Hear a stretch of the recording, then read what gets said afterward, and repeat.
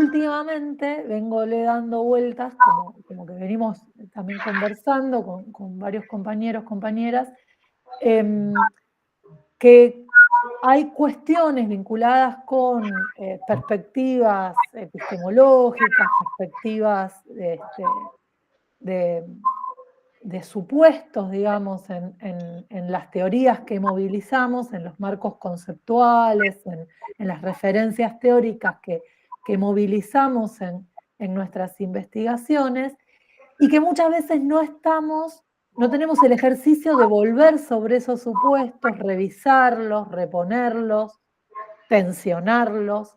Y entonces me parecía que estaba buena la posibilidad de, en el marco de una clase más general sobre antropologías y marxismos, en vez de entrar a reponer directamente los vínculos entre las distintas teorías y marcos conceptuales que fueron como atravesando la relación entre estos dos corpus, se me ocurría que podíamos empezar como preguntándonos por esta suerte de lo que Patterson llama, esta suerte de antropología filosófica que supone el corpus teórico marxiano, dice él. Ahora vamos a ver esta diferencia, digamos, o esta precisión.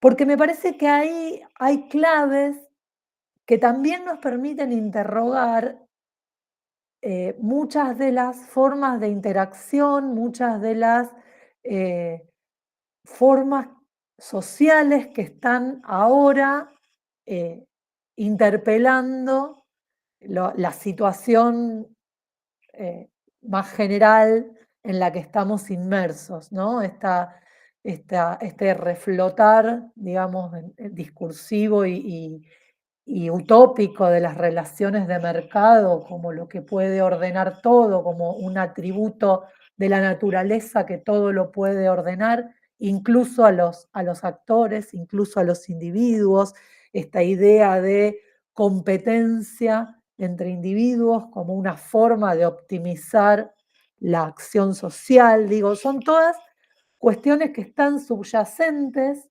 en los discursos que están queriendo ser dominantes y en las prácticas políticas que están queriendo ser dominantes, y que me parecía bueno que estaba como revisar y reponer desde un lugar que nos permite ubicarnos críticamente respecto de esos contenidos, más allá de las, digamos, las pasiones morales o políticas que nos inspiran. Me parece que está bueno revisar críticamente críticamente esos discursos y las herramientas que tenemos y que movilizamos nosotros para analizarlos y poder explicarlos. Entonces, recuperé este texto que les pasé eh, eh, a través de Manuela, con un capítulo, me preocupaba detenerme en el capítulo segundo de este antropólogo. Les voy a compartir el PowerPoint, ya que lo hice, perdón, ahí va,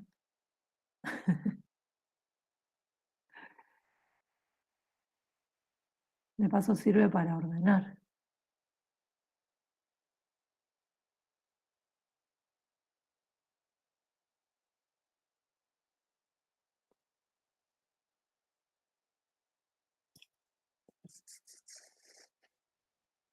¿Se ve?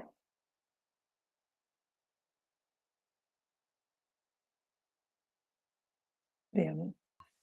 Sí, se ve. Perfecto. Momento que pongo la pantalla completa.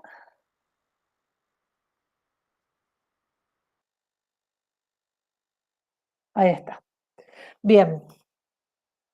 Bueno, decía entonces, acá Thomas Patterson nos da como una sistematización, como un conjunto de herramientas para poder pensar esto que él llama una antropología marxiana. Y decía, él plantea, como muchos otros analistas, teóricos, investigadores, él plantea una distinción entre un marxismo dogmático, mecanicista, cientificista, positivista, digamos, que tiene como varios problemas en su constitución, plantea una diferenciación entonces entre ese marxismo más dogmático, más esquemático, y lo que él llama las dimensiones, las teorías, las elaboraciones marxianas, que remitirían a relecturas, reposiciones y rediscusiones eh, al interior, digamos, reconociéndose marxistas, reconociéndose tributarios de este corpus este, este corpus filosófico, epistemológico y científico, pero bueno, buscando como digamos, rediscutir y replantear los elementos que justamente en la confrontación con los procesos sociales pierden potencial explicativo y potencial de interpretación. Entonces, como que pone una dinámica más amena para la producción científica en estas corrientes marxianas. Lo que va a plantear Patterson es que es posible reconocer lo que él llama una antropología marxiana. Él va a decir, bueno, es una antropología filosófica que hace digamos, los supuestos, las premisas sobre a partir de las cuales se construye la estructura de posiciones, la estructura de elaboraciones, la estructura de conocimiento y de investigación. Y estos supuestos son supuestos que, digamos, están contenidos en todas las teorías. Por eso él plantea que hay un núcleo de antropología filosófica en el marxismo, como en el conjunto, digamos, de teorías sociales. Y lo que plantea es que se pueden rastrear en un conjunto de elaboraciones, en un conjunto de obras digamos, de Marx, entre la década de 1840 y la década de 1850, y que después se van a ir reponiendo y complejizando en la medida que vaya avanzando en distintas, en distintas, en distintas investigaciones, digamos, en distintas líneas de investigación. Entonces, esta antropología filosófica marxiana que recompone, que repone, que rastrea a Patterson, hace a un conjunto de temáticas, un conjunto de presupuestos, un conjunto, él va a decir, de prerequisitos para producir teoría, que tienen que ver con, hay una lista, hago la lista muy rápida, ahora vamos a ver en detalle algunos, la organización física de los seres humanos, el conjunto de las relaciones sociales, la relación del individuo con la sociedad, la diversidad e historicidad de las sociedades humanas, la alienación, la objetivación, la producción, la reproducción sociales, el trabajo, la libertad, la actividad práctica. Este conjunto de temáticas, digamos, y de núcleos problemáticos van a estar como funcionando, digamos, como pivotes de toda la reflexión y de toda la elaboración marxiana. Y lo que a mí me parece interesante recuperar y pensar es cómo también tanto la misma elaboración de estos núcleos por parte de Marx y Engels en sus textos como originales, como a lo largo de las tradiciones marxianas, digamos, a través del desarrollo de las tradiciones marxianas, van a implicar diálogos, intercambios, influencias con el conjunto de elaboraciones teóricas, epistemológicas y conceptuales de otros campos, digamos, de un conjunto de campos científicos y disciplinares. Entonces, a mí me parece interesante poder como reponer las principales aportaciones y las principales, de alguna manera, eh, elaboraciones originales, por decirlo en términos más históricos, de este periodo, en este conjunto de obras que interpreta y que repone Patterson, para después poder pensar a partir de ahí cuáles son los diálogos y los intercambios que van circulando en la elaboración, ¿no es cierto? En la elaboración y la producción de conocimiento. Lo que nos va a decir entonces Patterson es que él organiza, él entiende que una concepción de antropología. ¿Sí? Julia, que te interrumpa. Vos estás pasando las diapos porque nosotros no las vemos pasar. Ah, ok. Me parecía. Qué gran momento. Bueno, a ver. En modo presentación, porque nos parecía al principio dudamos, no te quisimos interrumpir, pero. No, paren entonces. Paren. Si querés.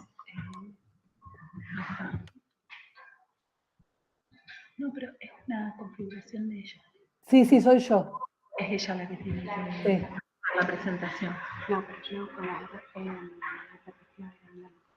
Creo que tengo que poner compartir presentación, ¿no?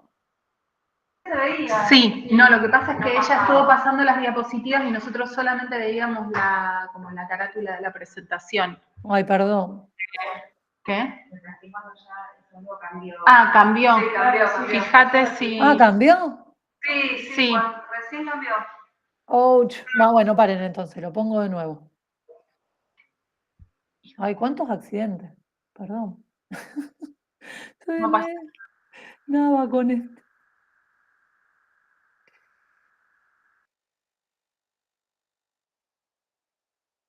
A ver, esto es lo que tengo que compartir. A ver, díganme si se ve y si pasa.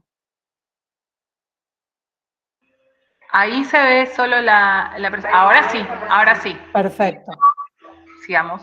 Listita de temas, entonces, núcleos de la antropología marxiana. ¿Estamos? Esa se ve. Sí, se ve perfectamente. Joya. Ahora habría que pasar a otra. Sí, ahí pasó. Perfecto. Por individuo social, sí. Bien, joya. Bueno, entonces, esta otra diapo es la que, digamos, pretendo sistematizar la cuestión de 4 categorías, digamos, que repone Patterson para decir, bueno, estos son los núcleos de lo que él llama la antropología filosófica.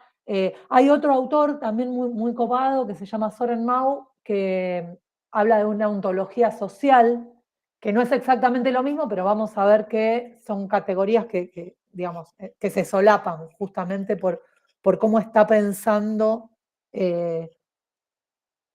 cómo permite pensar el corpus marxiano, la vinculación entre individuo y sociedad. Bueno, vamos a ver entonces las implicancias de estas 4 categorías en estas concepciones de lo humano, digamos, o el objeto de la ciencia social. Decía, organización corpórea, individuo social, praxis e historia. Vamos acá, organización corpórea, ¿pasó? Listo. Bien, acá lo que va a hacer Patterson es volver a textos iniciales de Marx y Engels, de mediados de la década del 40, de 1840, los manuscritos del 44, la ideología alemana que es del 45, si no me equivoco, para poder rastrear, esto no, digamos, es un laburo de rastrear y sistematizar cómo está pensando que incide esto de la organización corpórea, ¿sí? La misma, el mismo ser, ser biológico de los seres humanos en tanto la constitución de, lo estoy poniendo entre comillas, humanidad como de sociedad.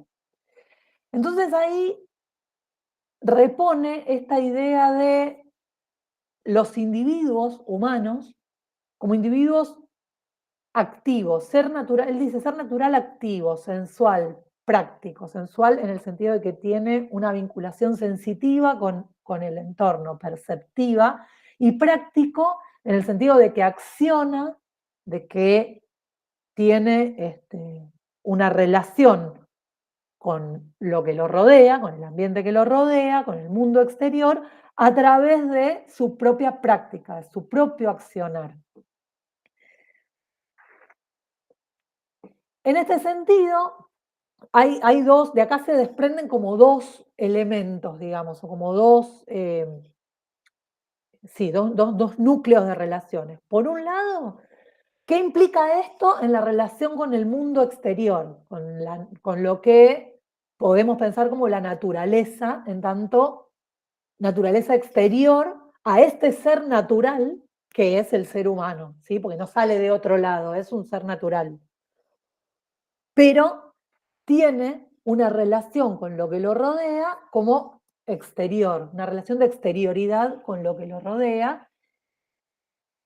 Y entonces se da esta situación o esta doble relación de continuidad, lo que yo decía, es un ser natural, pero al mismo tiempo, en esa exterioridad, lo que se pone es una relación que Marx llama de metabolismo con ese mundo exterior, con esa naturaleza. Ese metabolismo que implica, bueno, que hay una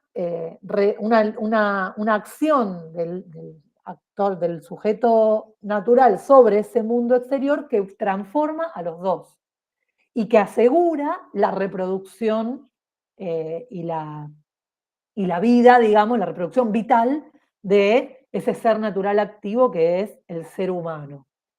Eso por un lado, que es ya fundamental para que podamos pensar la relación, esta relación tan cara a la reflexión antropológica, que es la relación entre sociedad y naturaleza, cultura y naturaleza,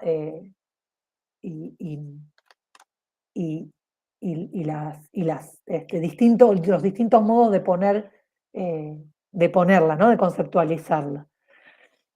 El otro núcleo de relaciones que se abre a partir de esta idea de, bueno, el ser natural, activo, sensual y práctico, tiene que ver con la propia constitución física, fisiológica, corporal de los seres humanos, que tiene capacidades, digo esto de lo que decía antes del ser natural, sensual, sensitivo, perceptivo, ¿sí? Hay capacidades de percibir y de actuar sobre lo que a uno lo rodea de manera, en función de esa percepción, que hasta acá no habría nada demasiado novedoso respecto de otros animales, pero sí hay límites para esa actuación, ¿sí? Para esa práctica, que se van superando a través del uso de herramientas. Y esto lo trae Søren Mau más específicamente porque plantea esta idea de no solo la naturaleza como cuerpo inorgánico del hombre, de los humanos, sino el uso de herramientas como una extensión del cuerpo, que no obstante es exterior a él mismo. Y esta posibilidad de exteriorizar funciones que están atadas, digamos, al metabolismo de este ser natural, activo, sensual y práctico, esta capacidad de exteriorizar esas funciones es sí un elemento distintivo, un emergente del metabolismo entre estos seres naturales, su entorno exterior y el modo en que esos seres naturales van a desarrollarse, van a ir complejizando su metabolismo con ese mundo que los rodea.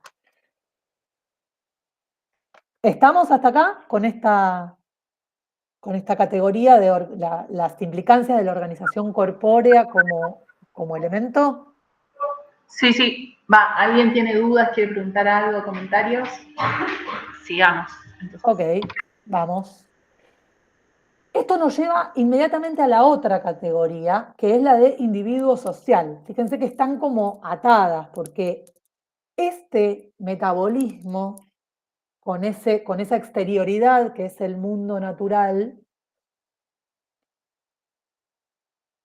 implica en sí y de por sí que todo miembro de la especie se reproduce con otros, va a decir Marx, va a decir Sorenmau, bueno, van a decir un montón. ¿Esto qué quiere decir? Y tiene que ver con está absolutamente vinculado con esta idea de el hombre como, digamos, con esta idea de metabolismo, como intercambio, como interrelación con el entorno, y con esta idea del metabolismo a través de herramientas, digamos, de esta prolongación de las funciones y las capacidades metabólicas, superando las barreras corporales presentes en cada individuo de la especie. Y esa superación de esas barreras siempre es con otros, siempre es con otros, y siempre es exteriorizando y complejizando capacidades. Por esto, no hay individuos aislados que puedan, o sea, no hay individuos que puedan pensarse aisladamente, sino que cada individuo tiene, o sea, cada individuo tiene, lleva, porta, por el mismo modo en que tiene que llevar adelante ese metabolismo con lo que lo rodea, las relaciones en las que se forma, las relaciones en las que crece, las relaciones en las que se socializa.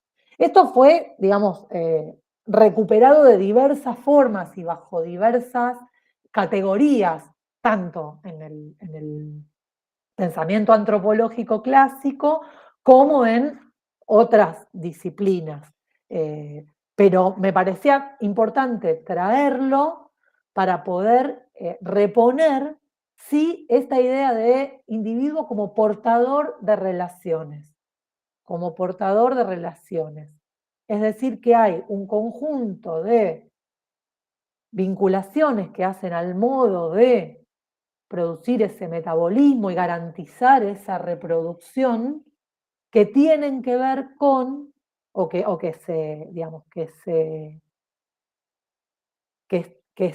están introyectadas en el individuo, no son exteriores a él, no se pueden pensar individuos por fuera de esas relaciones.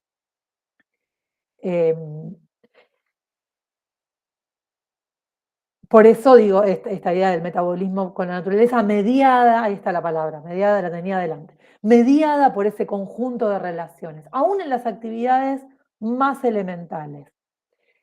Y acá me parecía importante traer esta idea de Patterson, que es esta doble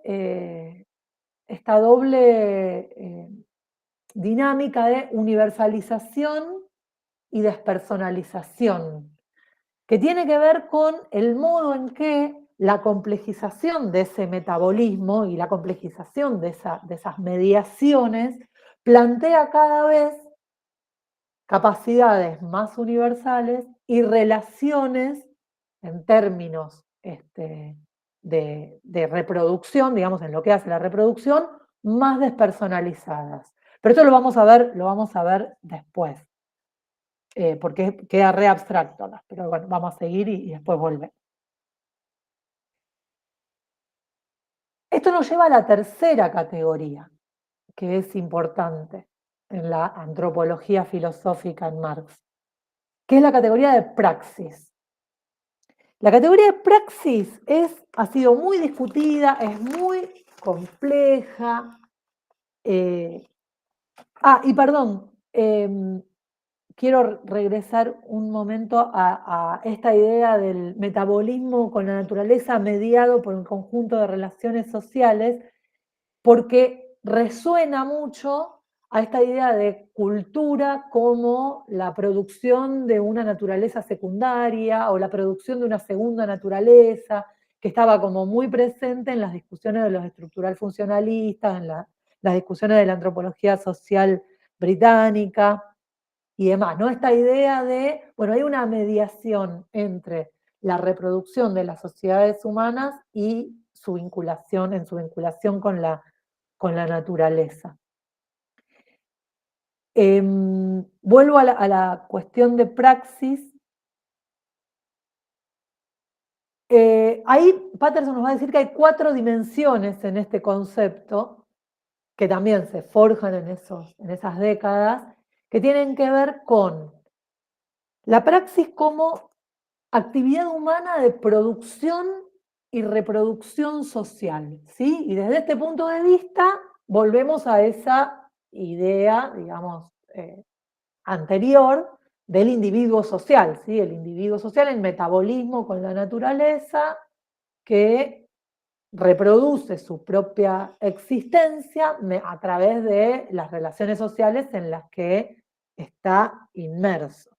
Este es un concepto muy general, es un concepto muy abarcativo, que no nos dice nada de cómo se va estructurando históricamente esa praxis.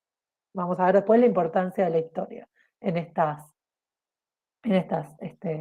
construcción, en estos presupuestos antropológicos. Por un lado, entonces, es actividad humana de producción y reproducción social. Este es un concepto bien general y abstracto, que también implica conciencia de sí y de otros. Y acá viene otro elemento que me parece fundamental encastrar, digamos, en esta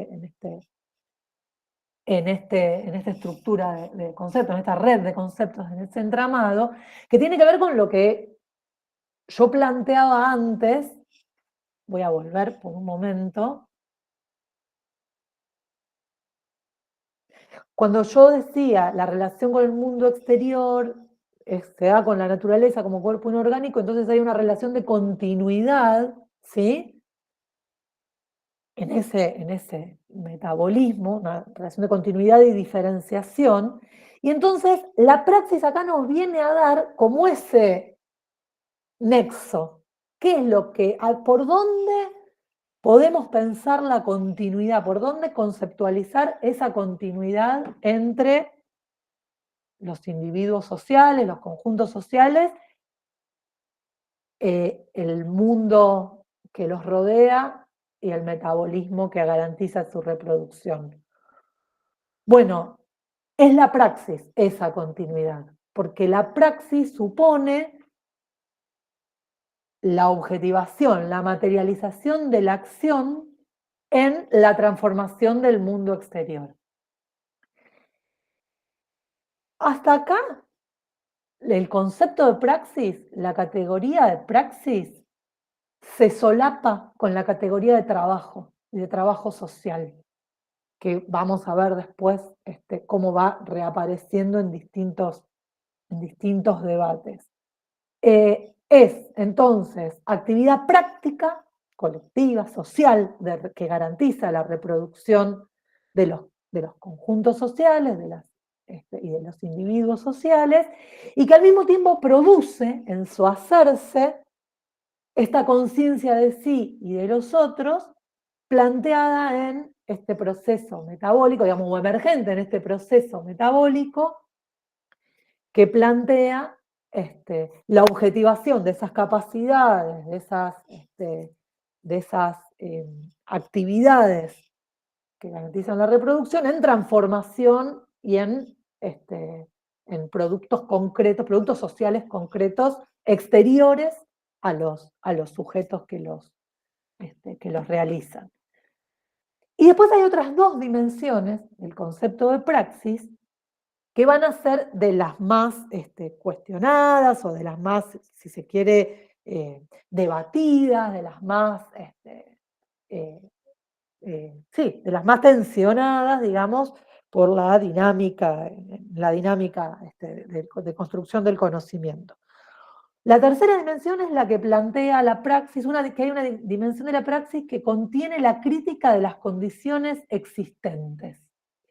Y acá, crítica y conciencia de sí y otros, o sea, la segunda y la tercera dimensión, se enganchan en un supuesto, digamos, y en un presupuesto que plantea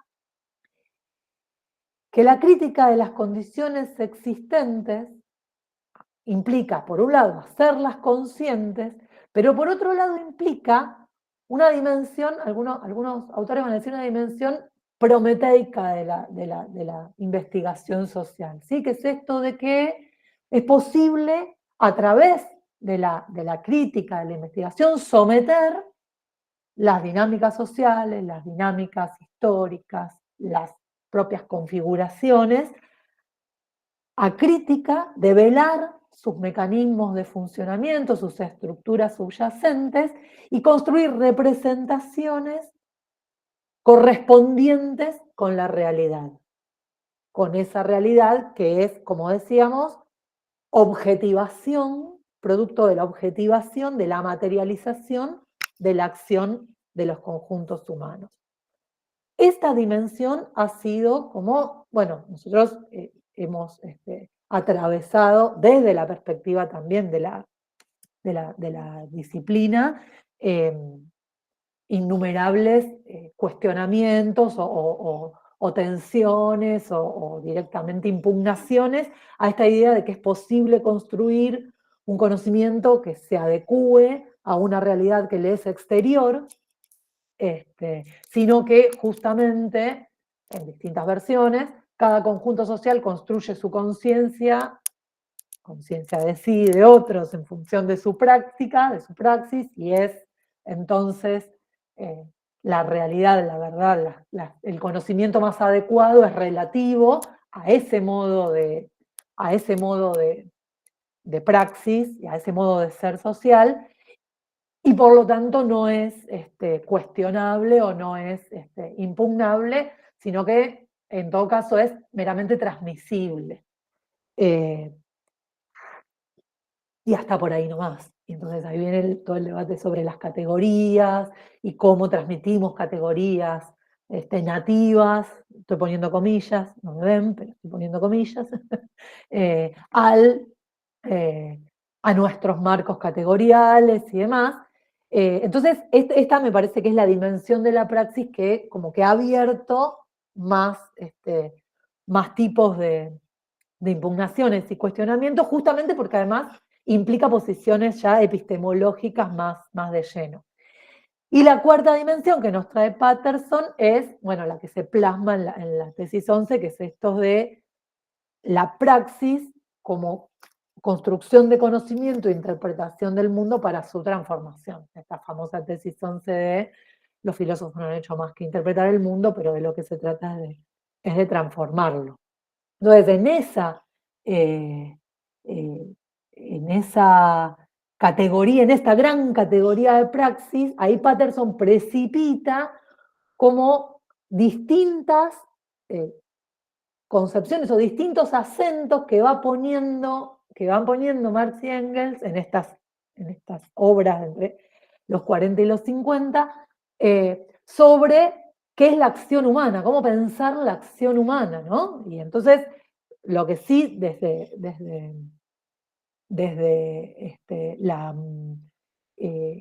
la interpretación, digamos, de este rastreo que hace Patterson, lo que sí podemos, digamos, avanzar por ahora en este conjunto de niveles o de dimensiones para pensar la acción humana, es que en todo caso hay acá una relación que imbrinca la vinculación entre seres humanos y naturaleza como una vinculación de diferenciación y metabolismo, digamos, diferenciación e interiorización. No viven, esto también lo trabaja un marxista que se llama Adolf Schmidt, un textito de los 70 que está muy bueno, que es esto de poder pensar en, en este metabolismo como el modo en que individuo y sociedad, lejos de ser dos polos que se contraponen,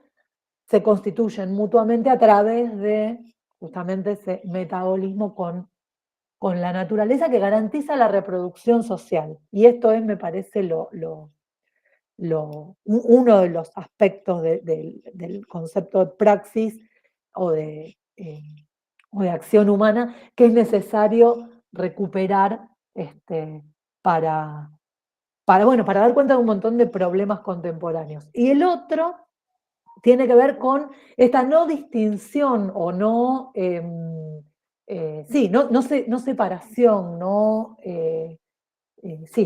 separación entre actividad y conciencia, entre actividad material, entre objetivación, materialización de la acción y conciencia. Conciencia, representaciones, categorizaciones, simbolizaciones, ¿sí? Vienen juntas.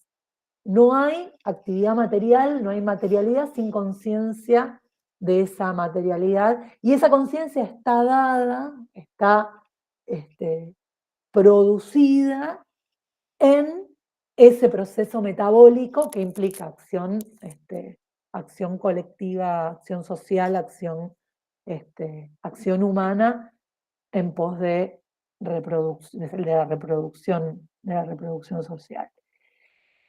Las otras dos dimensiones tienen que ver con este lugar de la producción de conocimiento como momento de objetivación de la praxis, como momento de objetivación y de replanteo de alguna manera de esas continuidades o esos modos en que la continuidad entre hombre y naturaleza, o entre humanidad y naturaleza, se materializa en acción.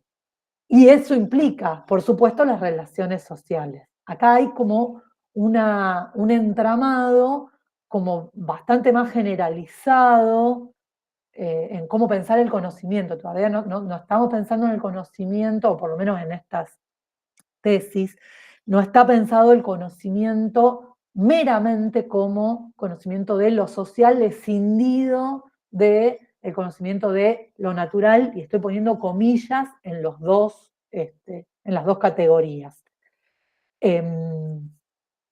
Y de este modo también entra, digamos, y también debe ser esta praxis sometida a crítica, digamos, es pasar por esas dimensiones o contener esas dimensiones que planteábamos primero. ¿Por qué esta posibilidad de praxis crítica, digamos, y de reponer y de ajustar y de cambiar y de transformar en función de la producción de conocimiento? Bueno, pues porque ese metabolismo, como proceso general de reproducción, de relación entre conjuntos sociales y la naturaleza, ese metabolismo a través del cual se producen las relaciones sociales que median la producción de individuos y de sociedad, es histórico, es proceso siempre, es dinámico siempre, es cambiante siempre. Entonces, recuperar esta idea de movimiento, de dinámica, de proceso y de objetivaciones en constante, complejización y dinamización, hace también al modo en que se piensa, al modo en que digamos, este encastre de conceptos y categorías con los cuales pensar lo humano, lo social en esta antropología filosófica marxiana.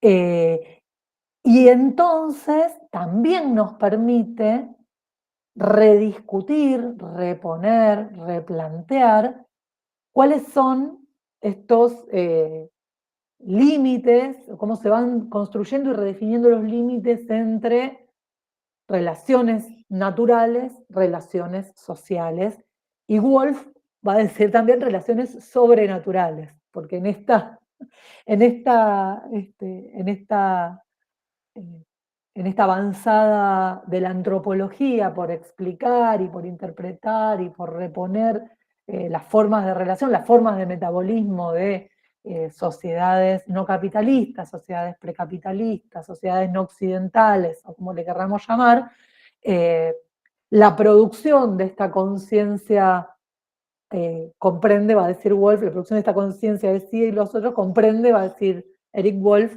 estos tres dominios que se van redefiniendo y redelimitando en función de justamente que se va complejizando el metabolismo, esos procesos metabólicos. Me parece importante recuperar esto del metabolismo, de la idea, ¿no? de metabolismo, que, bueno, merece ser mucho más investigada, por lo menos por mí. Eh, la estoy, me está copando, pero bueno, no tengo mucho más para decir, porque es una de las categorías que están reponiendo desde la ecología política, la ecología marxista, la ecología política marxista, para poder pensar la crisis climática, crisis energética, o como querramos llamarle, la transición energética, crisis energética de los 80.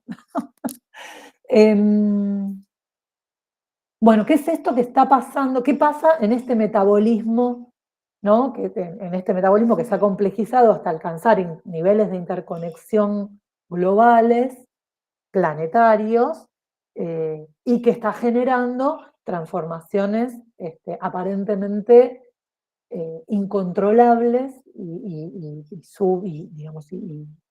catastróficas para la vida de tantos y tantas personas y de tantos colectivos sociales. Y entonces la idea de la fractura metabólica, de la dinámica capitalista como la que produce esa fractura metabólica, bueno, viene como a plantear algunas tensiones con estos conceptos o estas categorías más prometeicas, decía yo, del avance en el conocimiento como garantía de progreso en ese metabolismo. Y también, bueno, ahora lo vamos a ver cuando pasemos a las corrientes, también viene a plantear algunas ideas algunas tensiones, algunas nociones de cultura que van permeando nuestras investigaciones y nuestras intervenciones en ese campo. Bien, hasta acá, ¿cómo estamos?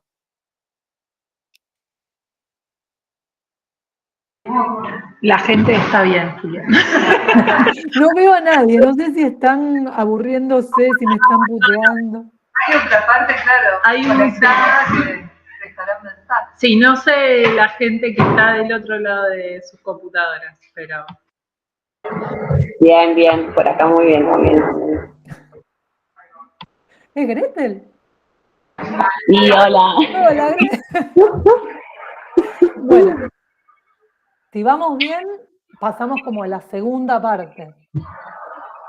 Sí, sí, Julia. Bien. Diálogos 2. Diálogos de mí conmigo. Bueno, acá lo que me motivó, digamos, esta segunda parte, además de reponer algunas cosas que estuvimos trabajando ahí con Manuela el año pasado, en un cursito, en un curso, en un seminario,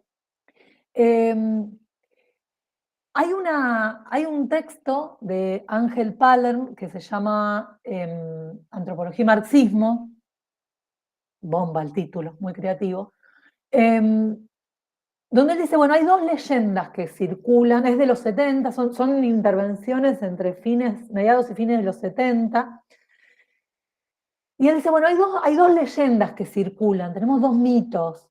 Uno es que el conocimiento antropológico, digamos, como que Marx no echó mano de lo que había producido la antropología hasta ese momento, que recordemos, siglo XIX, estamos hablando de los evolucionismos unilineales, de las teorías del comunismo primitivo, Morgan, que es un poco posterior, Bachofen, bueno, etcétera, etcétera, etcétera.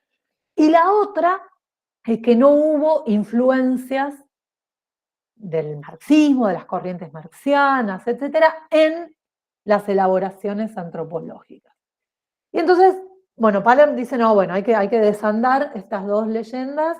Una, como que ya lo habían empezado a hacer con otros colegas en ese momento, al encargarse de la recopilación y la publicación de lo que se llamó materiales etnológicos o cuadernos etnológicos, que reponen, digamos, todas las anotaciones, como serían los apuntes, los resúmenes, que Marx fue haciendo de las obras etnológicas que tenía a mano. Y entonces ahí lo que va a argumentar Palerm es que lo que se evidencia por el tipo de reflexiones que Marx estaba haciendo,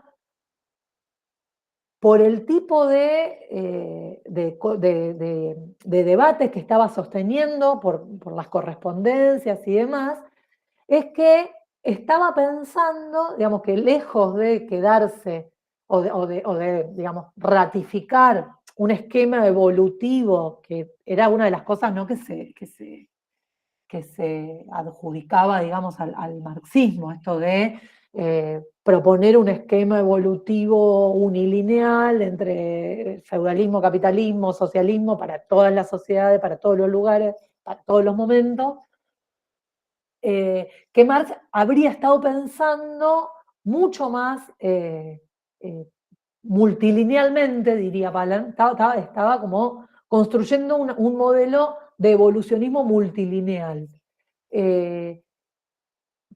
Y que la importancia de esto, digamos, más que, o sea, es, yendo a las dimensiones de la praxis, la importancia de esto era poder comprender, digamos, más que una discusión escolástica entre cómo establecer leyes generales para toda la sociedad, era cómo poder pensar a partir de la variabilidad cultural. Este es otro término que también Wolf recupera, dice, bueno, Marx estaba prestándole atención a esta variabilidad, a esta diversidad, cómo poder pensar estrategia de transformación política, estrategia de emancipación a partir de las distintas situaciones y los distintos, podemos decir, las distintas modalidades metabólicas que se fueron configurando a lo largo del tiempo y a lo ancho del espacio.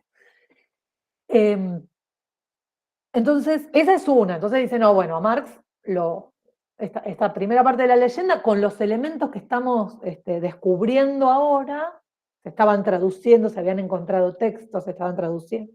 Otro texto muy importante fue las formaciones económicas precapitalistas, que también se encontró relativamente tarde, se tradujo relativamente tarde para el momento en que se establece como esta ortodoxia marxista.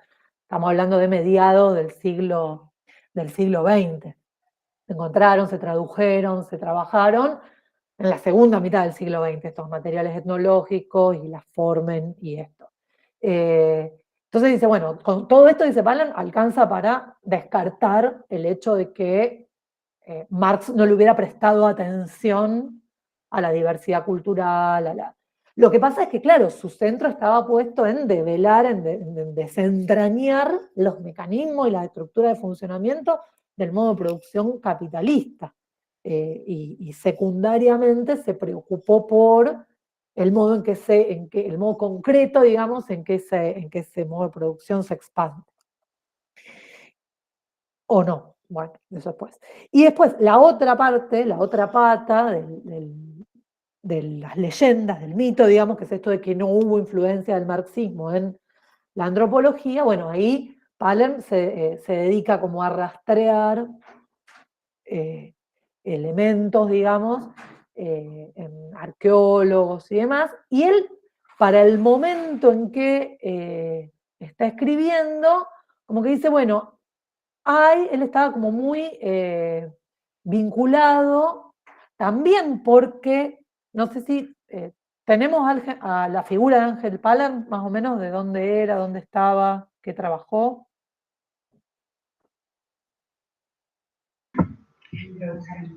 ¿Cómo? No, si querés introducirlo, nosotros lo tenemos como bibliografía ampliatoria. Ahí va. No es bibliografía, por lo menos en problemas antropológicos, no sé en epistemología. Así que, dale. No. Está bien. No, lo introduzco, sí, porque es verdad que, más que, digamos, o sea, ¿por qué me importa Paller? Por su relevancia en la antropología latinoamericana. Porque él es un republicano español que se va a vivir a México y se preocupa mucho por dos cosas, tenía dos preocupaciones. La investigación empírica, que fuera sistemática, rigurosa, ¿sí? que no, que el modelo teórico que se construyera estuviera arraigado y dialogara y realmente diera cuenta de los elementos que arrojaba la investigación empírica. Eso por un lado, y por otro lado le preocupaba esto de no reproducir modelos y formas de mirar y de analizar y de interpretar esa evidencia empírica que de alguna manera forzaran o solamente ratificaran certezas que ya se tenían. Como por ejemplo él lo planteaba en términos de discutir la idea de feudalismo para América Latina. Entonces, en ese marco, él trabaja en México un montón con Eric Wolf, que venía de Estados Unidos, vamos a ver después que es uno de los que para mí es como de los principales articuladores de lo que se llama la corriente de antropología de economía política, pero los dos confluyen en México, comienzan a trabajar extensivamente allí, producen la categoría de modo de producción asiático para los 70, para poder pensar distintas formaciones económicas precapitalistas, pero que no estaban, o mejor dicho, que estaban situadas en espacios o en territorios que después fueron colonizados. Entonces, no está como esta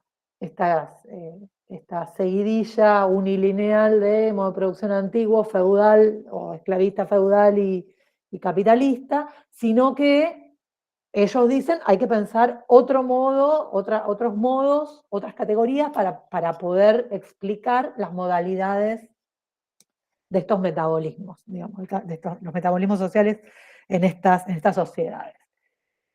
Después podemos volver a lo de modo de producción asiático y todo eso, pero era para situar la figura de Paller, ¿sí? Segunda mitad del siglo XX, converge con, con Eric Wolf, muy en sintonía con lo que pongo ahí como los materialismos en antropología en este momento, en el marco de todo un replanteo, un reposicionamiento conceptual y metodológico al interior de las antropologías y al interior del marxismo también.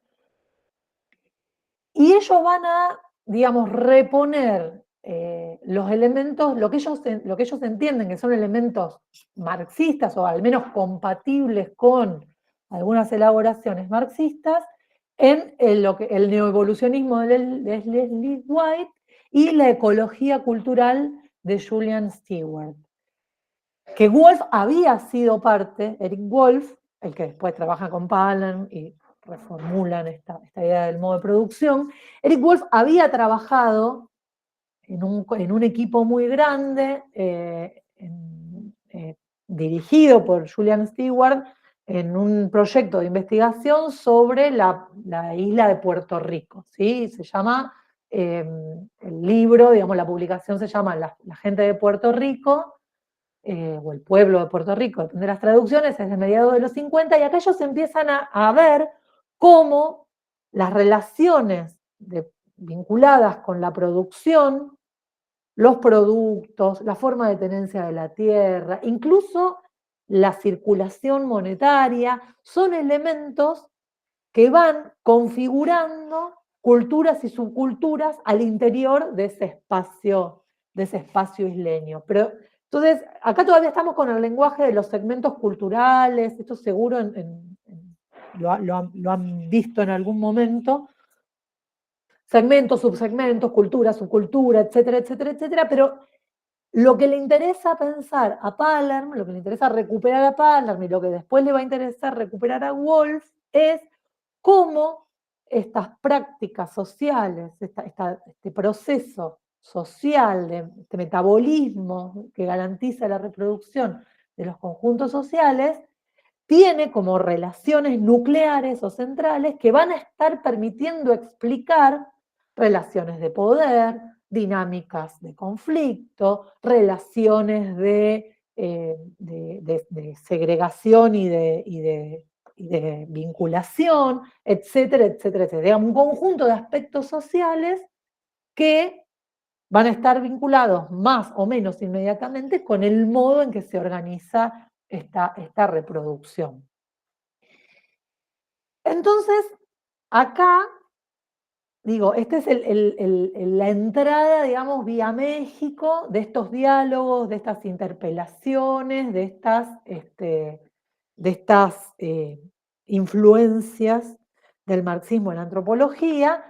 La otra línea, digamos, la otra gran, como decirlo, la otra gran estructura interpretativa es la de la teoría de la modernización y el continuum folk urbano y esta mirada más vinculada con los modelos de Redfield, de Lewis y demás. Pero bueno, esa es otra pata. Lo que me interesa recuperar de acá es cómo se van construyendo conexiones, cómo podemos encontrar conexiones, cómo los mismos autores, los mismos investigadores en la misma práctica de investigación van produciendo estas vinculaciones, estos links entre constructos teóricos que en principio no reponen, digamos, una tradición marxiana explícitamente, pero que sin embargo plantean similares vinculaciones internas para explicar las dinámicas sociales. Acá quise hacer, bueno, es un quilombo lo miro y me desoriento sola, pero porque me parecía que esa era la puerta de entrada, digo, lo que acabo de mostrarles me parece que es como la puerta de entrada para poder mirar como grandes islas, digamos, o grandes dinámicas de intercambio de influencias mutuas, de elaboraciones y demás entre marxismos y antropologías en estas décadas de tanta crisis y tanta movilización, no solo en términos de producción de conocimientos, sino también social, política, en general, que bueno, sobre eso no vamos a poner a hablar, los 60 y los 70 todos habrán visto que fueron un quilombo, en algún momento de la carrera, de la existencia, esa gran crisis, ese gran momento de transformación que se fue acumulando como un continuum desde los procesos descoloniales, las revueltas obreras y estudiantiles y la crisis de los 70, como que fue también reverberando y expresándose en la producción de conocimiento y en las disciplinas sociales. Lo que voy a simplemente plantear como a modo de esquema, esto sería como mucho más adecuado representarlo con alguna, debe haber algo que yo no sé usar, pero de algún modo móvil, digamos, y poder ir pensando cómo la historia social británica que se nutre, o el llamado marxismo anglosajón de Hobsbawm, Thompson, Williams y demás, que se nutre del marxismo llamado humanista, y lo estoy poniendo muy entre comillas para poder diferenciarlo del estructuralista, que se desarrolla más en diálogo con el estructuralismo de Althusser en Francia, con Lévi-Strauss, esta corriente, influyen en corrientes diferentes digamos, se retroalimentan con corrientes diferentes de la antropología. Por un lado, la historia social marxista repone determinadas vinculaciones con la antropología social británica, que después vamos a ver, que terminan en los estudios culturales. El estructuralismo aparece más alimentando estudios de antropología económica, donde están ahí tratando de mirar los modos en que las relaciones de producción se insertan, se inscriben y se vehiculizan a través de estructuras de parentesco, y ahí hay toda una elaboración, todo un debate. Y después lo que ya mencioné, la ecología cultural, el neoevolucionismo y el culturalismo boasiano, que de ahí sacan Palm, Wolf, esta, esta impronta tan relevante por el trabajo de campo sistemático, riguroso y metódicamente organizado, van a confluir en esta suerte de corriente que es la antropología de economía política, que, digamos, de alguna manera, todas estas vinculaciones, todas estas influencias mutuas y demás, pueden sintetizarse, y esto es absolutamente arbitrario y a los fines de ordenar los debates, después cada uno puede armar como el rompecabezas que quiera, pueden sintetizarse para mí en dos discusiones o en dos debates que atravesaron estas décadas. Por un lado, el debate de los modos de producción, que tuvo mucha relevancia en América Latina, no solo por las elaboraciones de Palm y ese conjunto de antropólogos que pensaron el modo de producción asiático y demás, sino porque en algún momento también cristalizó una discusión sobre si era pertinente hablar del modo de producción colonial o no. Y a mí me parece súper importante poder ir reponiendo estos debates a la luz de las discusiones sobre el extractivismo que están atravesando ahora, digamos, contemporáneamente, las prácticas políticas de tantos sectores, ¿no? Y las acciones y las luchas de tantos sectores. Esa era una gran discusión, ¿no? Cómo conceptualizar, cómo clasificar, si clasificar o no, si el modo de producción era una categoría analítica o era una categoría descriptiva. Esto, ¿es posible hablar de modo de producción colonial? Bueno, ahí hay como todo un debate donde, digamos, tiene sus afluentes el marxismo estructuralista, pero también la antropología latinoamericana, que está más vinculada con estos usos más flexibles de herramientas de la economía política. Y el otro gran debate que se empieza a abrir, o la otra gran discusión que se empieza a reponer en estos años de tanta transformación, son los debates sobre el sistema mundo, ¿sí? Esto de Balance, las versiones Balance de Arrighi, esto de, bueno, ¿qué es pensar el capitalismo en lo global? ¿Qué es pensar el capitalismo como un sistema que se va desplegando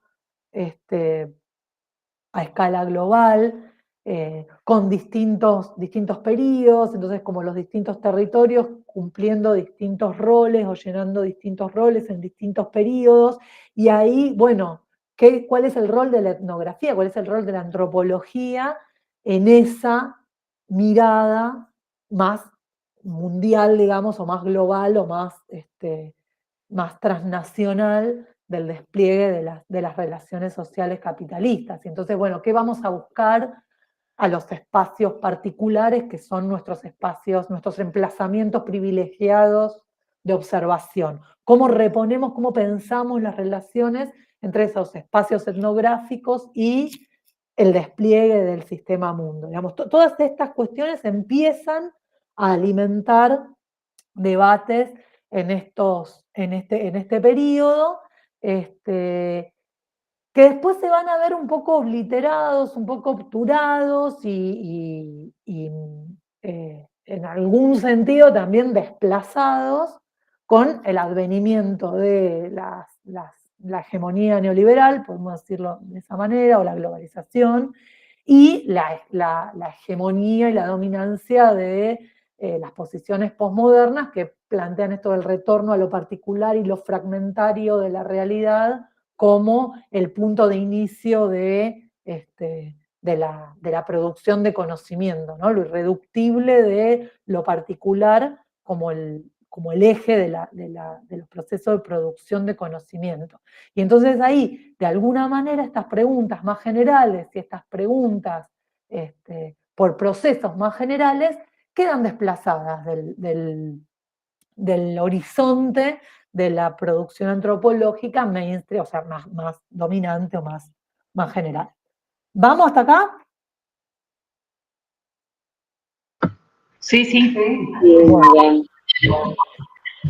Como siempre, bueno, voy a ir muy rápido con lo que me queda, porque como siempre calculé mal, perdón. Quiero traer nada más 2 o 3 elementos de estas, por lo menos las que yo entiendo que son ahora, de acuerdo a mi recorrido, digo de nuevo, esto es como un puzzle y yo estoy marcando como un conjunto de encadenamientos, hay otros seguramente.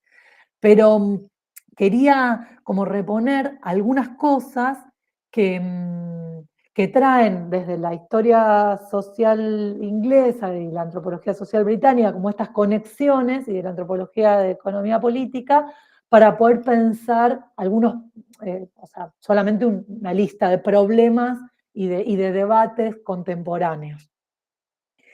Para que no se asusten, va a ser solamente una lista.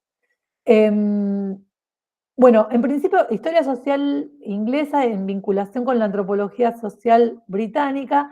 Ahí vamos a encontrar como varios, ahí es una listita de las que son como los principales exponentes. Son todas obras de los 60, 70 y 80. Es importante porque opera como una ruptura epistemológica al interior del marxismo, aunque las posiciones de estos 4 autores se solapan en muchas preocupaciones, se solapan en muchos problemas, no son exactamente iguales, idénticas las interpretaciones, las críticas y las elaboraciones, pero sí recorren un andarivel común que tiene que ver con no digamos, no suspender la perspectiva o el supuesto de que la realidad digamos, se presenta de manera holística, es a la vez material o económica, política, social, cultural, digamos, este conjunto de aspectos conforma la totalidad, no suspenden ese supuesto, pero sí insisten en que debe ser recuperada e investigada desde un punto parcial, que es la experiencia de los subalternos, de los de abajo, de los trabajadores y demás. Y ahí hay como en diálogo con estas elaboraciones que vienen de la mano del giro lingüístico, las miradas más discursivas sobre la realidad como digamos, semiológica sobre la realidad, viene de la mano de poder reponer el entramado de sentidos, el entramado de significados que hacen a la cultura popular. significados que en los casos de, por ejemplo, Thompson o Hobsbawm van digamos, indefectiblemente ligados al análisis de prácticas y de intentar dar cuenta de las conexiones sociales de esas prácticas, ¿no? El entramado más amplio de relaciones de poder, de subordinación, de explotación, de propiedad, en el que esas prácticas están imbuidas. Con algunas elaboraciones más vinculadas con los paradigmas discursivos, la idea de cultura popular pasa a estar como más relacionada con una subalternidad que se da de hecho y el conjunto de prácticas cotidianas que digamos, permiten como explicarla y recuperarla, pero en clave siempre de esto de reponer cadenas de sentidos, cadenas de significados, de algún modo más, no más disociados, sí secundarizando el interés por los procesos más directamente políticos o por la vinculación de cómo esas prácticas más cotidianas alimentan procesos que aparecen como más inmediatamente políticos. De todas maneras, hay como una recuperación de las miradas, digamos, las perspectivas que la antropología social británica había construido sobre los rituales, esto de pensar, bueno, cuál es el rol de los rituales en la producción, digamos, de sentidos, en la producción social, en la propia protesta. Y ahí hay como un diálogo bastante fecundo en donde, bueno, se van cuestionando y se van tensionando algunos supuestos que venían arrastrándose respecto de cómo abordar estos procesos culturales populares, que venían arrastrándose de la perspectiva más funcionalista de la antropología británica. Pero van reponiendo y entonces van recuperando con un interés interpretativo. Se aparece un interés interpretativo más en la tradición de la hermenéutica y la fenomenología. Ahí está. La otra corriente que me interesa reponer es, bueno, ya la introduje, es esta de la antropología de economía política.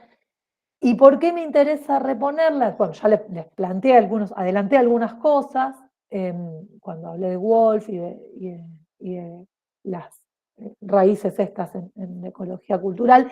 Me interesa porque ellos, o al menos algunos de ellos, se inscriben muy tempranamente en este debate sobre el sistema mundo, y entonces están adelantando,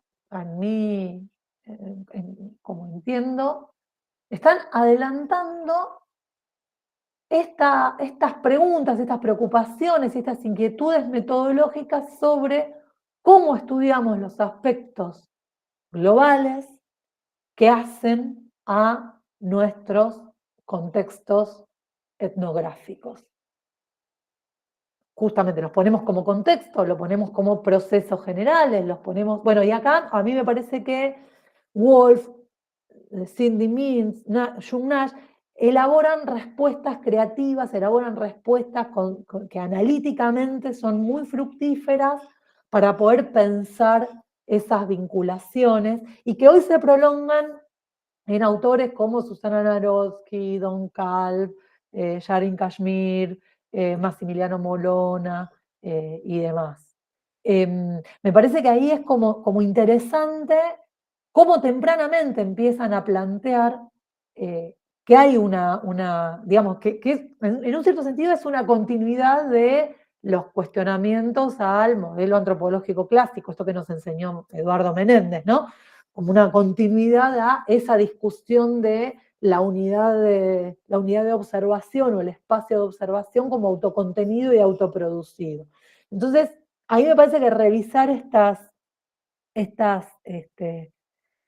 obras tiene el sentido de poder empezar a recuperar esto de cómo se fue tratando y cómo se fue preguntando por el despliegue global de relaciones capitalistas como forma metabólica dominante en distintos momentos históricos, ¿sí? Porque Mintz presenta como una etnografía absolutamente, o sea, que a mí me sonó como absolutamente novedosa, sobre, bueno, cómo pensar el rol de los espacios coloniales en la configuración de estas relaciones globales y demás. Y me parece interesante también, como contrapunto y para complejizar y para tensionar las perspectivas más contemporáneas de las ontologías políticas y demás, porque permite entonces reponer estos diálogos entre, bueno, cómo construimos unidades etnográficas, cómo construimos esto, las unidades de observación etnográficas, cómo construimos el análisis, cómo reponemos metodológicamente las distintas escalas. Bueno, me parece que acá hay mucho por. Estoy entusiasmada con esta corriente, no sé si se nota. Porque bueno, esto, me parece que después del proceso de estas interacciones y estas discusiones y demás, de estos grandes debates, que un poco parece como clausurado para la antropología dominante, hegemónica, como le quieran llamar, o para lo que llegaba. Digo, también es re interesante esto, como ahora pirateamos por internet textos de cualquier momento, y bueno, hace 20 años de repente, cuando nosotros éramos estudiantes, nada, llegaba lo que llegaba y había que fotocopiar, y había que ir a buscar, y había que revisar bibliotecas, y había que viajar, digo, era como mucho más limitado el acceso. Entonces también las discusiones llegaban y la producción llegaba como mucho más recortada y mucho más, de alguna manera, delimitada en el campo de acceso. Solo para terminar, digo, todo este conjunto de investigaciones me interesaba reponerlos a la luz de temas y problemas contemporáneos que se están discutiendo y que están emergiendo ya hace algunos años y que tienen que ver con esto de esta sensación o este malestar, para decirlo con Menéndez, de que en un punto queda chico, quedan chicas, quedan cortas, quedan limitadas para determinados problemas, las miradas que podemos construir en estas epistemologías fragmentarias, que plantean la fragmentariedad de la vida social, el particularismo y la intersubjetividad como modo dominante, digamos, de producción de acción social. Quedan chicas porque hay procesos sociales y procesos más generales que se están mostrando como justamente estructurantes de cotidianeidades y de los avatares por los que pasan muchos millones de personas cotidianamente, de nuevo, y entonces es necesario como, bueno, reponer algunas discusiones y debates en otra escala y reponer estas viejas tradiciones y corrientes en la antropología para discutirlas, para retomarlas, pero bueno, como buscar también en la tradición, en la trayectoria de la disciplina, los modos en los que se fueron articulando procesos de transformación y crisis del capitalismo importantes, como el que estamos atravesando ahora, con perspectivas teóricas, perspectivas políticas y demás. Bueno, nada, son estas como una pequeña lista de temas y problemas contemporáneos que están como atravesando los debates en la disciplina. Dejo por acá porque queda re poquito tiempo para el intercambio.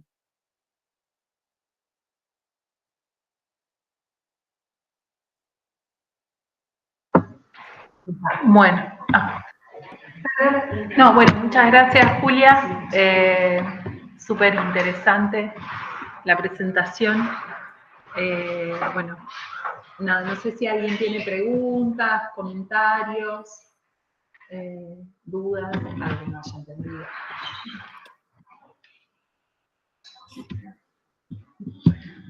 Sí. Tenemos un ratito.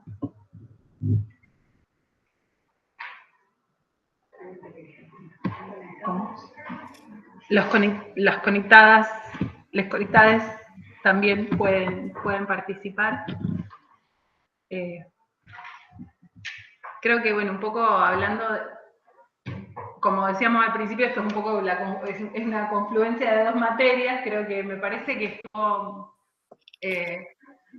por lo menos hablando desde problemas antropológicos contemporáneos, me parece súper interesante, digamos, los dos diálogos entre antropología y marxismo, digamos, que trajiste, Julia. Nosotros por ahí, bueno, vemos uno que tiene más que ver con, o por lo menos por donde le entramos nosotros a estos dos diálogos, tiene más que ver con la segunda propuesta, digamos, cómo, digamos, el marxismo, cómo se dan estas retroalimentaciones entre la teoría marxista y la teoría antropológica, o conceptos que tal vez se retoman para la producción antropológica.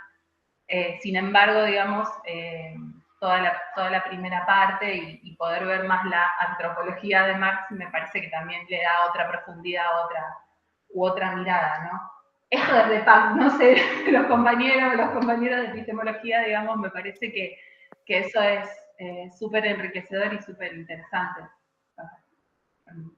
Sí, yo nada, como para cortar un poquito el hielo, porque está bueno que aprovechemos a Julia si tenemos ahí dudas de una exposición tan rica. A mí me parece que esta clase, bueno, claramente dialoga con otra unidad, ¿no?, la que estamos en este momento dando, pero sí como que anticipa, y ella en su exposición fue como mencionando estructuras epistemológicas muy claras en función de estas discusiones que ella misma incorpora. A lo mejor, no, aunque no fue el eje de la exposición, me parece que poder pensar estos supuestos ontológicos y cognitivos, digamos, cómo se están planteando propuestas para conocer. Me parece que en esa primera parte se vislumbra ahí todo un horizonte interesante de tu exposición, Julia. Y en la segunda, creo que se avanza en cuestiones que a lo mejor nosotros, por lo menos la gente de mi generación, hemos abordado más o menos individualmente, o en equipos de investigación y demás. Me parece que es una sistematización que recoge, bueno, estos diálogos, ¿no?, estas distintas influencias marxistas que no sé si están tan claramente presentes así a lo largo de la carrera. Entonces eso es una sistematización súper valiosa, porque al menos identifican distintas trayectorias, que no están, por eso esta idea de marxismo, ¿no?, que no estamos hablando de una perspectiva única, ni mucho menos, sino que, bueno, que ha sido recuperado desde la antropología a través de, incluso de perspectivas que están en tensión. Y eso me parecía interesante, y esta última parte de recuperar esta antropología de la economía política, aún más, porque me parece que sí, quizás tenemos, o sea, no es que no los hayamos leído. Yo cuando vos mencionabas Wert me acordaba de Edgardo Albur, y digo como que, pero bueno, o sea, no es que no estén presentes, pero me parece que en este orden así queda como bastante claro, en un recorrido histórico súper complejo y denso, pero es un buen ordenamiento. Yo, si no sé si, digo, a lo mejor hay como más consultas que me gustaría escuchar, ¿no?, cosas que se hayan perdido, lo que sea. Pero a mí esto lo que me fue conociendo tu trabajo en profundidad, te digo, cómo estas herramientas también, digamos, son recuperadas, ¿en qué sentido? En eso, digamos, en el hacer el trabajo antropológico. Me parece como que ahí también hay una dimensión, no sé si nos va a dar para profundizar en ese aspecto, pero esto, ¿no? Cómo estas perspectivas epistemológico-teóricas son una ruta que también van marcando procesos de investigación particulares en ese sentido. Me quedaba resonando, no era el objetivo de la clase, pero sí a lo mejor eso siempre ilumina aspectos más concretos. Pero no es una pregunta, digo, a lo mejor para otro momento o si no hay otro, no quiero... ¿Cómo puede ser? Quisiera comentar en el mismo sentido. No sé si... ¿Se escucha a Marilyn? No, pero iba a ser como en el mismo sentido también porque he escuchado a Julia en otras oportunidades y porque también a veces es parte de las inquietudes de mis estudiantes en quinto, que está ubicada en nuestra materia. Entonces, como alguna reflexión a veces siempre tratamos de hacer de conectar las teorías que vamos viendo con cómo se relacionan con las tradiciones formativas, en particular de nuestra escuela, y cómo dialogan con los recorridos, como decías vos, Vero, de investigación particular. Entonces, quizás, si no hay otra consulta respecto a algún comentario, si nos puedes hacer, Julia, respecto a eso, cómo es, bueno, al menos desde tu experiencia, de tu propia trayectoria de investigación, cómo se va construyendo ese diálogo.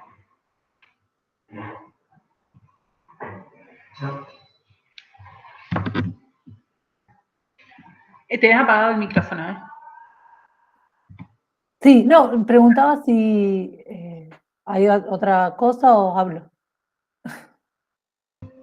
Por ahora tenemos ese comentario.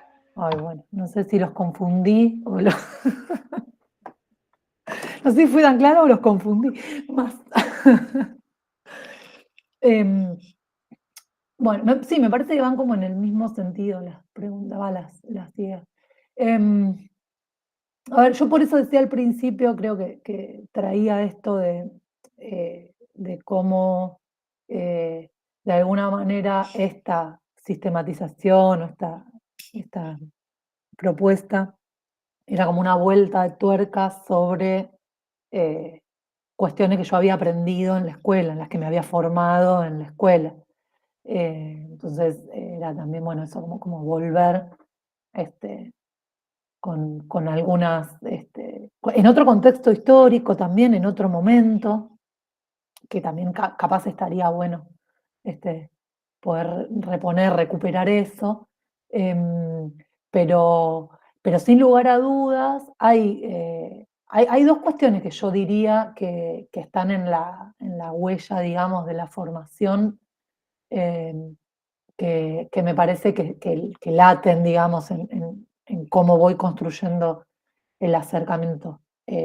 Una es la preocupación teórica, la preocupación conceptual, digamos, esto de preguntarle a los conceptos, darles vuelta y preguntarme por lo que registro, por lo que encuentro, por lo que veo, por lo que percibo, por lo que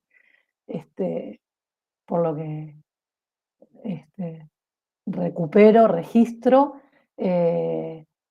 muy densamente, digamos, muy hinchapelotamente. Bueno, ahí los que, no sé si, disculpen el neologismo, pero bueno, eso, bueno, ahí los que con Vero compartimos bastante trabajo y sabe que soy como bastante densa en eso, como medio ya como insoportable, tendiendo a insoportable. Pero bueno, esto de preguntar, por esto, nunca, o sea, interrogar a los conceptos de moda, preguntar de dónde vienen, qué es lo que nos dicen, qué es lo que nos dejan de decir, qué es lo que nos dejan decir de lo que estamos observando, de lo que estamos viendo. Eso me parece que es algo que marcó la formación que viene, digamos, de la formación en la escuela, o por lo menos del modo en que yo en que yo tramité esa formación, yo y otros más. Y después la otra cuestión es esto de, yo antes mencioné el tema de los conceptos de moda, es esto de que de alguna manera también lo mamé ahí en la escuela, esto de somos una disciplina con historia, somos parte de una disciplina con historia, la construcción, la producción de conocimiento, decir que es colectiva no es solamente un acto formal para reconocer en la práctica de los otros algo, digamos, estas interconexiones necesarias con lo que uno hace, con lo que uno elabora, sino es también hacerse cargo y revisar y reponer la historia, las trayectorias, las tradiciones, las preguntas que nos hicimos, los modos en que fuimos interrogando a la realidad en los distintos momentos. Y eso me parece que también este recorrido tan profundo que tenemos, siempre había una cosa y eso es otra cosa también que quería decir, pero bueno, ahora les digo, cuando, ya parezco el abuelo de los Simpsons, pero bueno, cuando en los 90, en la fin de los 90 se estaba discutiendo el plan de estudio de la Escuela de Antropología, siempre nos reíamos porque los problemas antropológicos contemporáneos para nosotros empezaban en los 50, en los 60, en los 70, cuando mucho. Era como que, claro, teníamos tanta carga, tanta revisión teórica y tantas materias en donde revisábamos las trayectorias teóricas de la antropología, que claro, lo contemporáneo para nosotros empezaba hace 50 años, qué sé yo, y era como que nos daba una profundidad distinta de esto, de cómo, o sea, esta conciencia o este aprender, cómo fuimos construyendo problemas, cómo nos fuimos preguntando cosas, cómo se fue construyendo la crítica. Y eso me parece que es re fundamental en estos tiempos así tan acelerados y donde, esto que yo decía antes, tenemos acceso de repente a tantas cosas y estamos compelidos a producir tanta cosa, me parece que poder dar cuenta de que, bueno, hay como tradiciones y acervos teóricos y conceptuales como bien consolidados, eh, a los cuales me parece necesario volver y reponer, me parece que es lo otro que saqué, digamos, que aprendí y que trato de poner, digamos, en juego tanto en la construcción de preguntas como de preguntas de investigación, como en esto de los conceptos, indagar en los conceptos, indagar en las herramientas conceptuales que tenemos. Y lo otro, que era lo otro que les quería decir, es, bueno, esto de la tercera dimensión, la tercera y la cuarta dimensión de la praxis, ¿no? Esto de siempre tratar de ubicarme como un individuo, una individua, inserta en un conjunto de relaciones sociales que hay que comprender, que hay que explicar para transformar.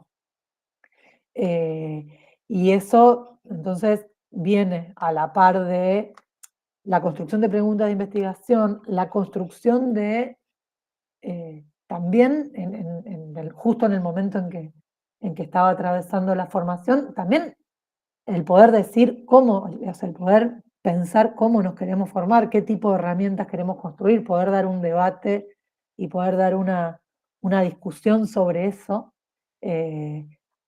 también es parte de la experiencia formativa, porque obliga justamente a salirse de lo que está, de lo que se aparece como inmediato, de lo que se aparece como inmediato accesible a la experiencia y poder ver, bueno, poder indagar qué hay más allá, qué subyace, qué es lo que está, cuáles son esas interconexiones, cuáles son esas relaciones que están también constituyendo la realidad en la que yo vivo y en la que están constituyendo mi propia trayectoria. Entonces, ahí también, como poder hacer el esfuerzo de dar cuenta de esa situación, también alimenta las preguntas de investigación, porque esto también nos lo enseña antropología, estamos haciendo investigación en contextos que en muchos aspectos nos resultan familiares.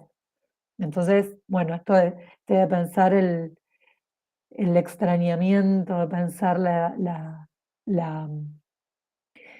construcción del otro como un recurso metodológico para poder también preguntarse qué estamos haciendo ahí, qué parte de lo que nosotros somos juega en ese problema, juega en esa pregunta, también me parece que es como que va vinculado con la construcción de estas herramientas y de estas trayectorias, de estos procesos, de estas preguntas. No sé si... Ahí está, porque hay un tiempito entre que vos terminás de hablar y llegamos a prender el micrófono. Bueno, ya son las 5, ya estamos en horario, si alguien quiere hacer algún comentario o... Bueno, desde ya agradecerte mucho, Julia, por tu buena predisposición, por la clase que diste. ¿Qué? Manuela se tuvo que ir antes, pero también te mando un abrazo grande y te agradece muchísimo. Bueno, para el resto ya tienen disponible, por lo menos para los que hacen problemas antropológicos, pero tienen disponible el texto sobre el que trabajó Julia hoy. Ella es parte de nuestra bibliografía complementaria, quiero que lo sepas de paso. Así que también tenemos textos de ella en la bibliografía. Está el texto de Palerm, digo, tal vez a priori, por la sobrecarga de información, a veces uno queda como un poco como sobrepasado, abrumado por todo lo que vive y no se ocurren, tal vez las preguntas no vienen, etcétera, pero sepan que todo esto que sobre lo que Julia trabajó está, digamos, y lo vamos a seguir trabajando, así que bueno, nada, de nuestra parte creo que de todos acá presentes, agradecerte muchísimo, Julia, y bueno, y gracias a Gretel, a Ingrid, que también estuvieron acá. Gracias, Julita. Bueno, no, gracias. Gracias, chicas, un abrazo. Muchas gracias a ustedes. Bueno, espero que haya servido. Muchísimo, muchísimo. Adiós. Adiós. No. ¿Ya dónde voy? ¿Ahora me dejará ir o...? No, pobre, para que... Si van a hablar mal de mí, me voy. Ahora sí, te vamos a desconectar. Si escuchás algo malo, no te enganches. Chao. Finjo demencia. Abrazo grande.